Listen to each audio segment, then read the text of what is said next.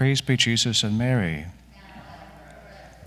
Today we honor Saint Andre Bessette, a great saint, born in Quebec on August 9th, 1845.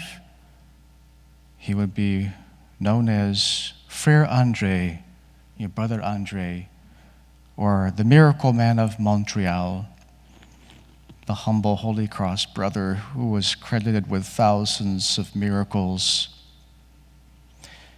He was the founder of St. Joseph's Oratory in Montreal, Canada. This is perhaps the principal shrine dedicated to St. Joseph, certainly the largest shrine in the world.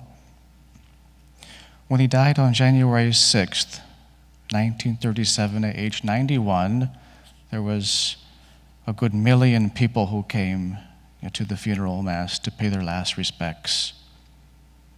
He was beatified in 1982 and canonized in 2010. St. Andre was the 8th of 12 children. 4 died in infancy. At baptism was given the name Alfred. He was orphaned at age 12, and from that point onwards he tried to learn various trades, but was not very successful in any of them. He could barely read or write and was quite sickly for most of his life. And due to scarcity of work in Quebec at the time, Alfred, when he was about 20 years old, moved here to the U.S. and worked in the New England area for some years, not too far from us actually, in nearby Mosup and Hartford, and then Phoenix, here in Connecticut, and he had frequent travels to Rhode Island, working whether it be in a farm or in a factory or in a textile mill. At age 25, Alfred applied to join the congregation of the Holy Cross Brothers. His parish priest informed the superiors, "I am sending you a saint." So he's already very saintly in entering the congregation. He was accepted, but due to ill health, was rejected towards the end of novitiate. He wasn't able to make his first vows. That is, until the Bishop of Montreal interceded. He got word of this and insisted that he be given a chance and continue make religious profession. So he did just that, and then spent the rest of his life as a faithful religious brother, a good 65 years as a religious. As a religious brother, he carried out joyfully and without complaint the humblest of tasks, whether that was washing the floors and the windows, cleaning lamps, carrying firewood, and then for a good 40 years he worked as porter or doorkeeper at the College of Notre Dame until he was needed full-time with the Shrine of St. Joseph. He would jokingly say, "When I joined this community, the superiors showed me the door, and I remained there for 40 years as the doorkeeper." People from all over Canada came to him for cures or for spiritual direction. The oratory that he built in honor of St. Joseph, it took a good 50 years to build, and at some point there was things were looking very well. The walls were up, and much progress had been made, but there were no more funds at a certain point, and so he had the idea of leaving the statue of St. Joseph outside without anything to cover him, and said, if St. Joseph wants a roof over his head, then he'll get it. And the funds started to come in, and were able to finish up the construction of the oratory. It was solemnly dedicated in 1955 and raised to the rank of a minor basilica.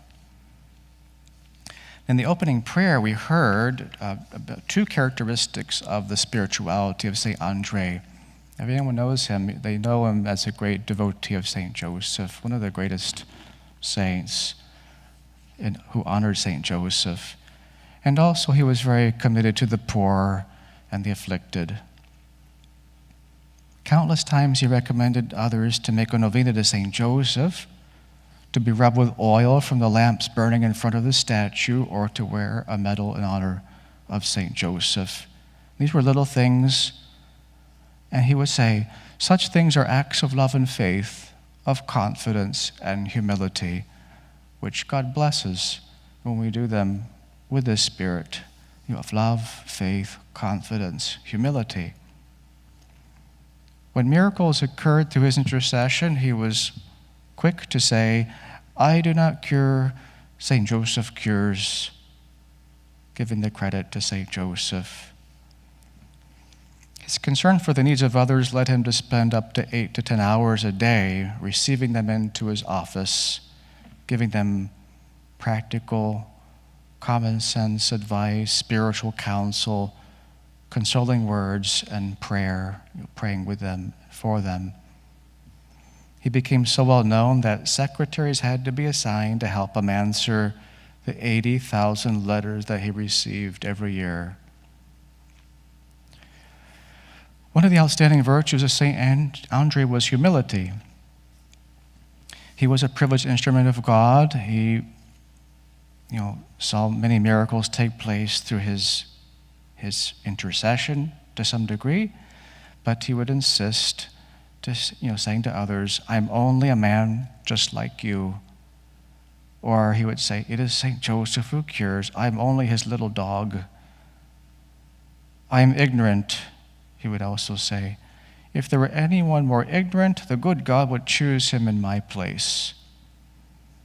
And again, he would say, it is not necessary to have been well educated, to have spent many years in college, to love the good God. It is sufficient to want to do so generously. And that's good news. You don't have to get a degree or something like that to love our Lord and become holy, but to want to do this generously. The life of St. Andre reminds us that God can and does prefer little ones to make use of humble souls who live by a childlike faith and confidence in him. And that's what he calls us to do as well. With the help of Our Lady and St. Joseph and St. Andre, may we also carry out God's will humbly. Praise be Jesus and Mary.